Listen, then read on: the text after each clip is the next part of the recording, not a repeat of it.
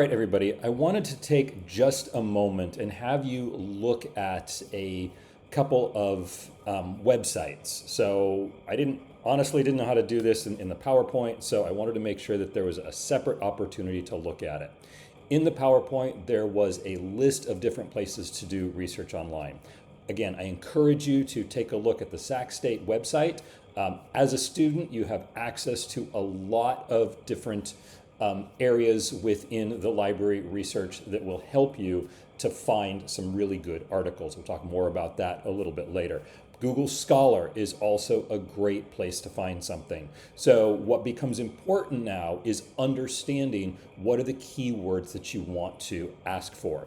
And the more you adjust those keywords, the more you're going to get probably more specific or ideal outcomes. You can look at articles, you can look at case law. Typically, you're going to find most of the articles that we're going to research through Google Scholar are typically going to have been peer reviewed. So of course, that's something we really want to see. So let's say we want to look for heart disease with, I don't know, let's go ahead and say infants. Okay, so we click on that, and now we're going to get lots of different options here, right? So here's a book that we can look at. Here we have, we can look at this one. The more we adjust this, right, the more we can look at a very specific or try and find specific things. It's also going to give us related articles. There are different versions potentially. Again, we want research here. So make sure that you're looking through these as we're looking at articles.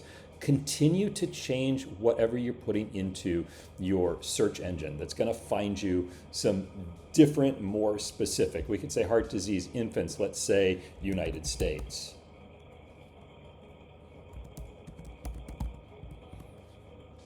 We could go and say, I don't know, Georgia.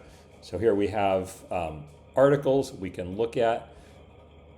So just some ideas. I encourage you to start to play with this. As a matter of fact, your assignment this week is going to ask you to do a little bit of basic research. So I just wanted you to see Google Scholar, play with that, play with the library.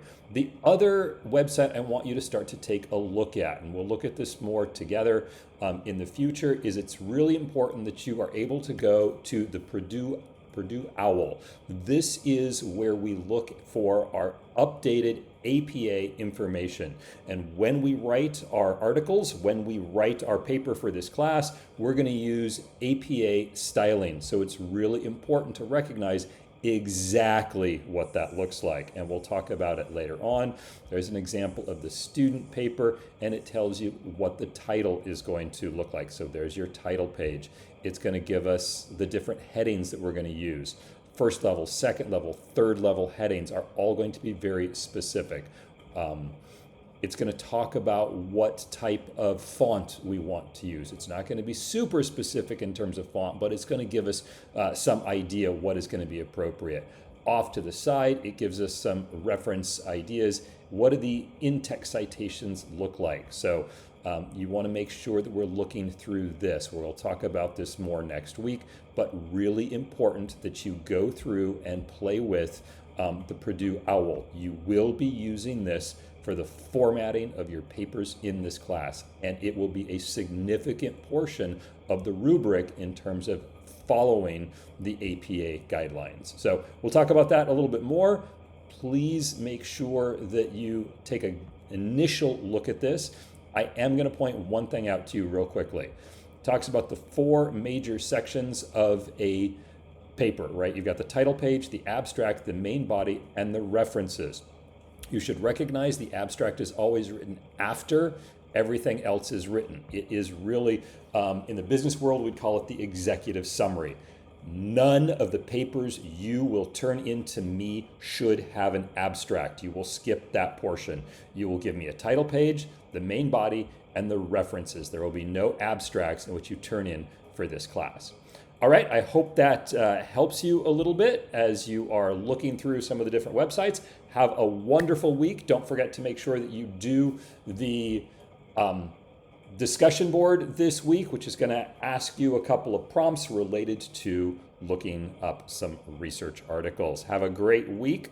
I'll see you next Monday or whenever we're meeting next.